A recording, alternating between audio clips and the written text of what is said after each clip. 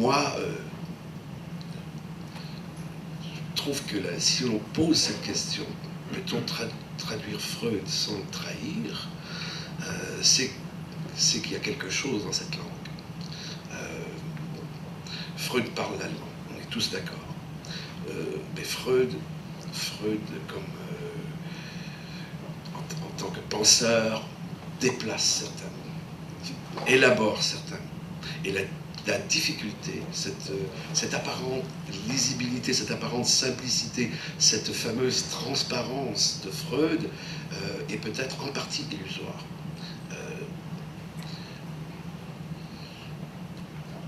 Ce sont les mots fondamentaux de la langue allemande, ce sont les grands mots de la langue allemande que Freud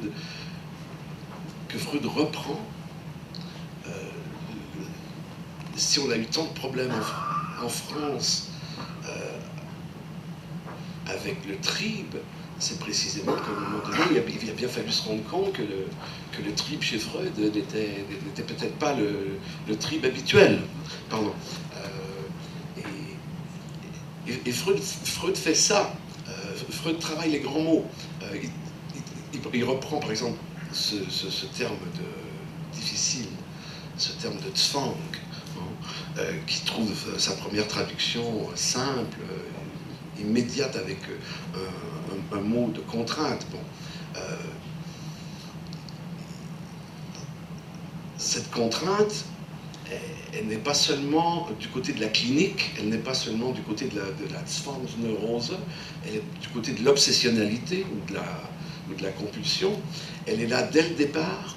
C'est une contrainte hystérique, dit Freud dans les Lettres à Flies, dans le projet de psychologie. C'est une contrainte hystérique. C'est dans l'interprétation du rêve une contrainte psychique qui se joue depuis l'appareil psychique, depuis l'inconscient. Et c'est celle-là que Freud va généraliser. Et encore une fois, c'est un autre exemple d'un terme qu'il faut pouvoir suivre, jusqu'au bout.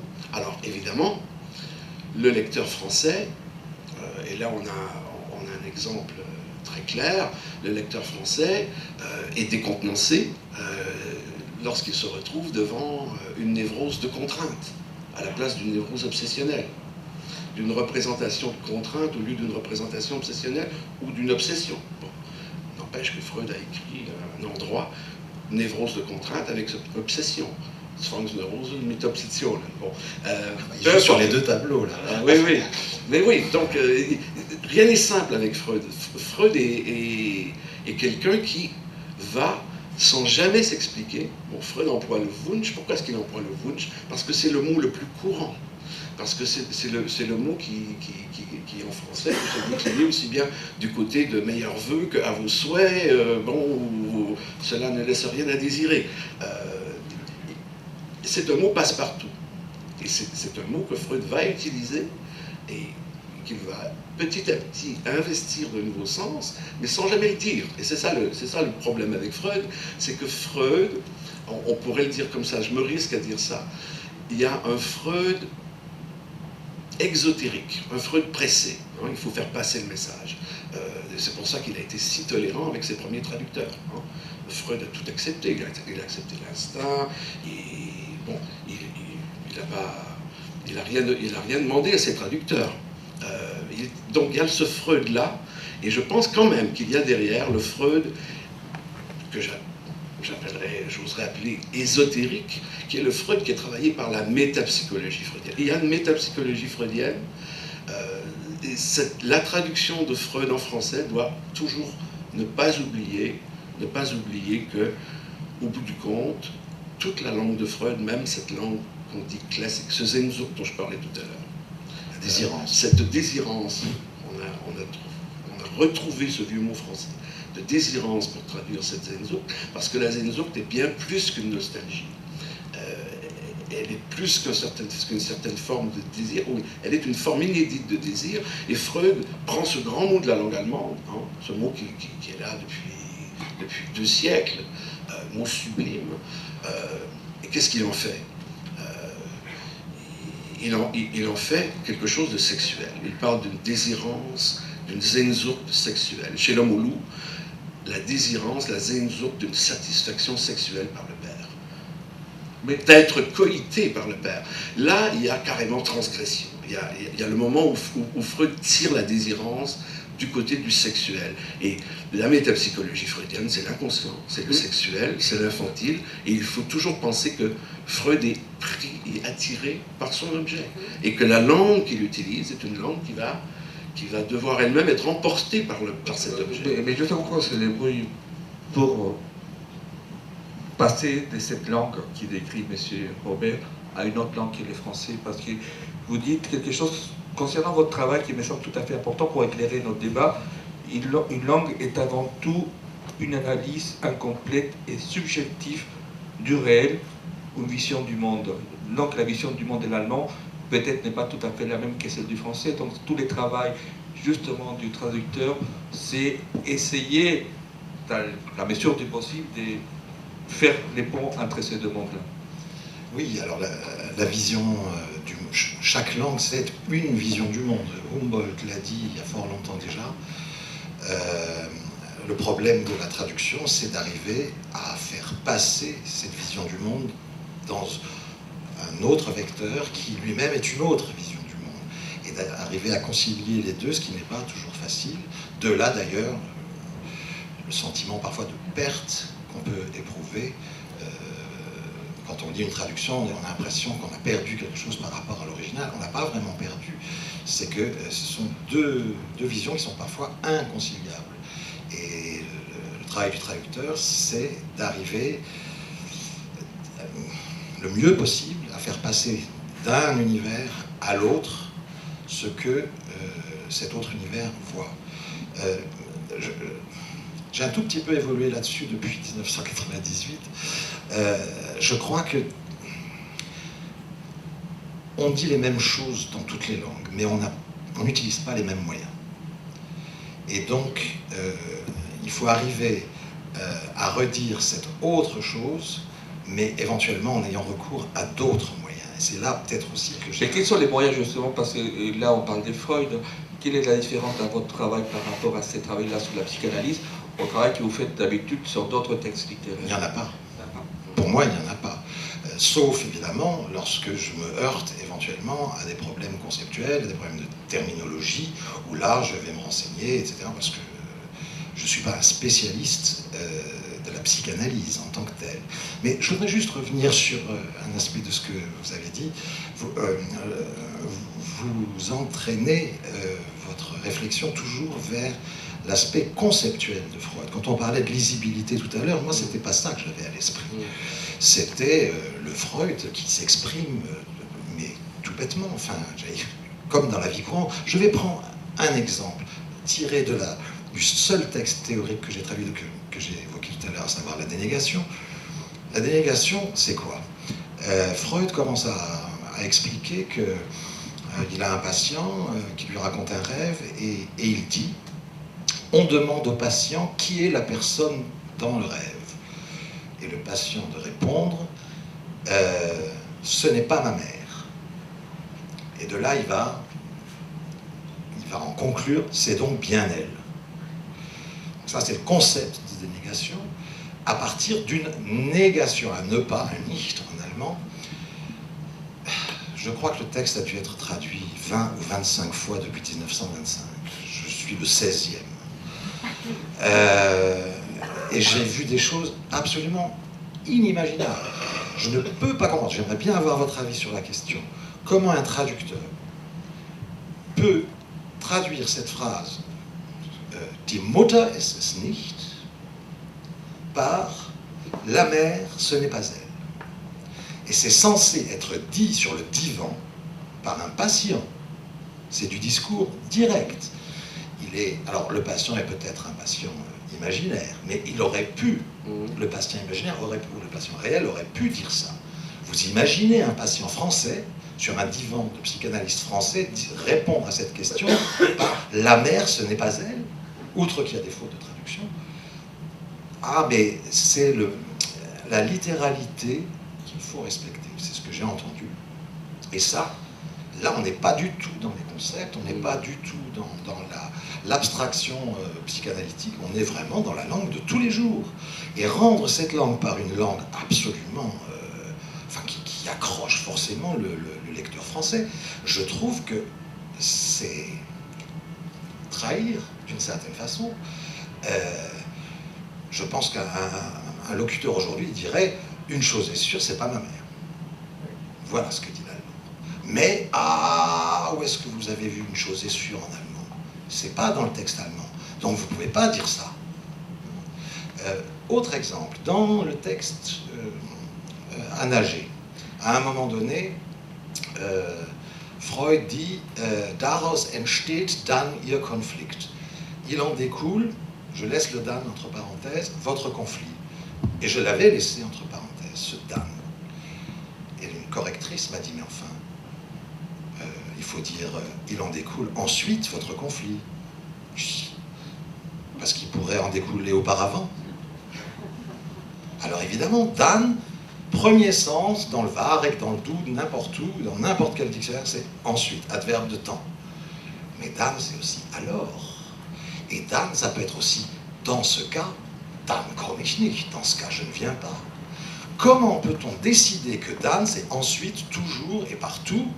Et ça, c'est de la langue courante, archi-courante. Là, on n'est pas du tout dans le vocabulaire psychanalytique. C'est pas nous, ça. Je n'ai pas dit que c'était vous. Ah non, j'ai pas dit que c'était vous. Je parle d'une conception de la traduction.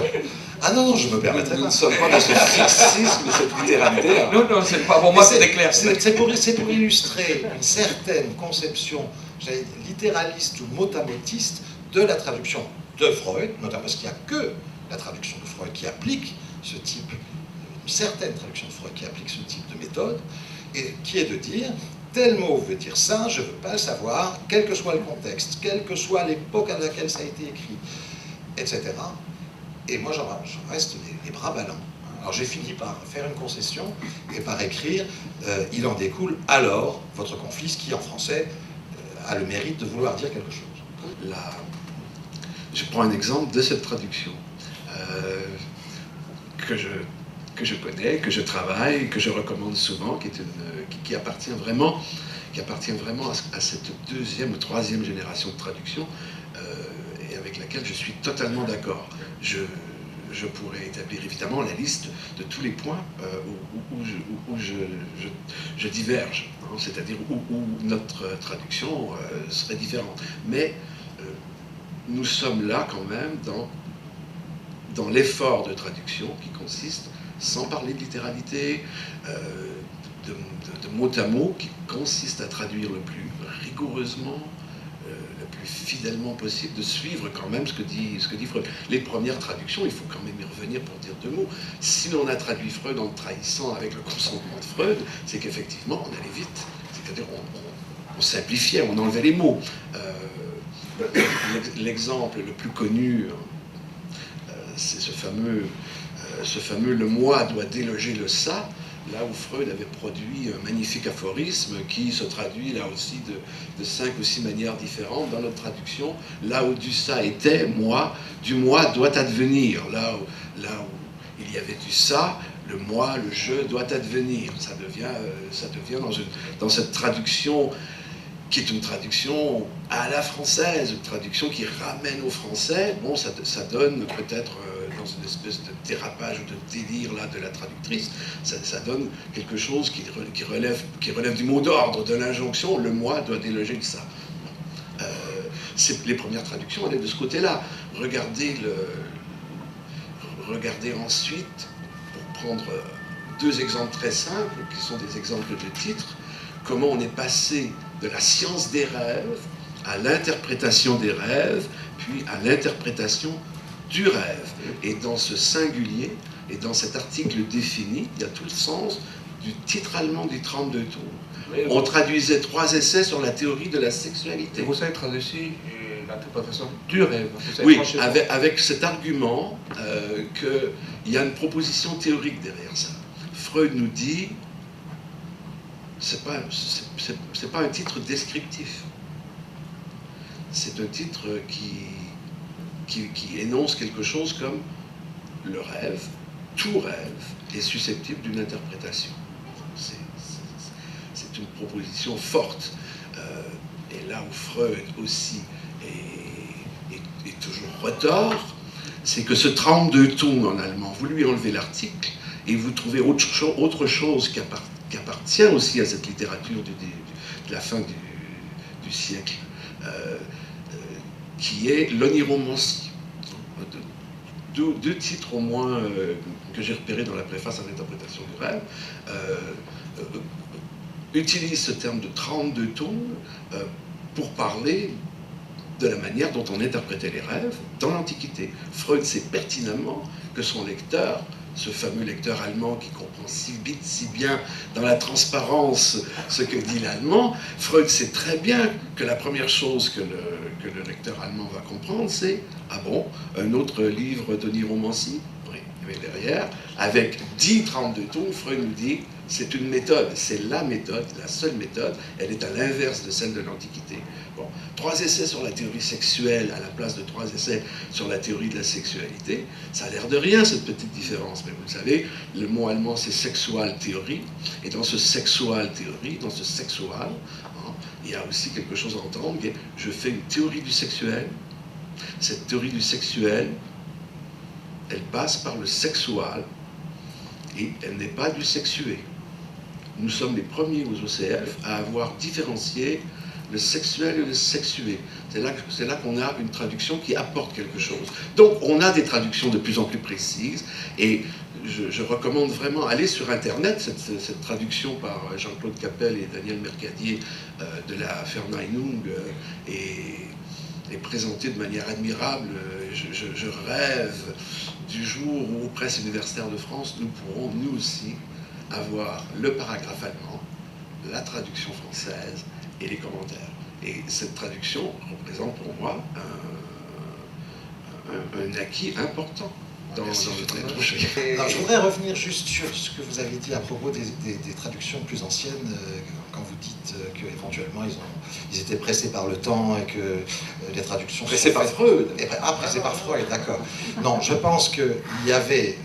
je pense à la toute première traduction de la dénégation, justement en 1925, qui en France... La traduction française, c'est 1930, je crois. Il est clair qu'il y avait une conception de la traduction qui n'a plus rien à voir avec celle que nous avons aujourd'hui, qu'elle soit d'ailleurs traduction de Freud ou qu'elle soit traduction littéraire. À l'époque, on devait faire du joli français. Il fallait que ça se lise bien, on rajoutait un petit adverbe par-ci, on en enlevait un autre petit par-là, et donc il n'y avait pas de rigueur scientifique du tout. D'ailleurs, je préfère parler de rigueur plutôt que de traduction scientifique, un terme que j'ai aussi entendu qui m'a fait un petit peu sursauter à propos des traductions de Freud. Je crois qu'il y a au moins deux grandes familles de traduction, c'est les sourcistes et les ciblistes. Les sourcistes, ce sont ceux pour qui la source, la langue source, celle de laquelle on traduit, est plus importante et qui éventuellement sont tentés de ramener dans la langue d'arrivée un certain nombre d'éléments de la langue source, quitte à choquer le lecteur, quitte à le bousculer un petit peu, faire passer un peu de l'étrangeté ou de l'étrangèreté du texte qu'ils traduisent, ce qui est on peut tout à fait le concevoir, c'est souvent aux dépens de la lisibilité. L'autre école, c'est les ciblistes, ceux qui s'attachent surtout à la langue cible, la langue d'arrivée, et qui disent il faut que mon texte passe le mieux possible pour le public pour lequel il est prévu, et que je ne les empêche pas d'accéder au texte, donc je leur facilite l'accès, et donc eux, ils vont ici un petit peu raboter, là un petit peu lisser, et alors la note du traducteur, le traducteur qui traduit Freud, il a cet avantage insigne de pouvoir mettre des notes du traducteur en disant bon ben là il y a un problème parce que ceci, cela, et elle explique éventuellement sur 10 lignes. Le traducteur littéraire, la note du traducteur, c'est un aveu d'échec. Et donc, le traducteur littéraire, il va faire tout pour éviter la note du traducteur. Il fera éventuellement une périphrase. Je rebondis un peu sur ce que vous disiez tout à l'heure, pour faire passer ce qu'il a à faire passer, mais sans arrêter. Vous imaginez, on est tous tombés sur des notes du traducteur, plaisanterie intraduisible. Hein, donc, ça n'a pas de sens. Et c'est comme la voix du gardien du but au moment du pénalty. Absolument. Et le traducteur littéraire, il est bien obligé de se débrouiller autrement. Un jour, on m'avait demandé, à propos d'un livre qui jouait beaucoup sur l'humour, sur les jeux de mots, etc. Mais comment vous faites? Alors effectivement, comment fait-on? Eh bien, on s'arrange. Ça veut dire que vouloir faire absolument passer le jeu de mots là où il est quasiment impossible dans la langue d'arrivée, au risque de choquer le lecteur, ça ne me paraît pas la bonne solution. En revanche, une demi-page plus loin, vous avez peut-être un moment où il n'y a pas de jeu de mots dans la langue d'origine, mais où vous pouvez en faire un dans la langue d'arrivée. Et sur les 2 pages, le lecteur, il aura globalement la même impression. Et pour le traducteur littéraire, c'est ça qui est le plus important. Évidemment, dans la traduction psychanalytique de Freud, c'est pas pensable, parce que là, effectivement, la rigueur me paraît quelque chose d'absolument essentiel. Ce en quoi le corpus, traduire Freud, est extrêmement important dans l'histoire de la traduction de Freud en France. Ça me paraît tout à fait évident. Là où je suis, donc, comme je l'ai dit tout à l'heure, moins sûr, c'est dans les options concernant la langue beaucoup plus courante de Freud.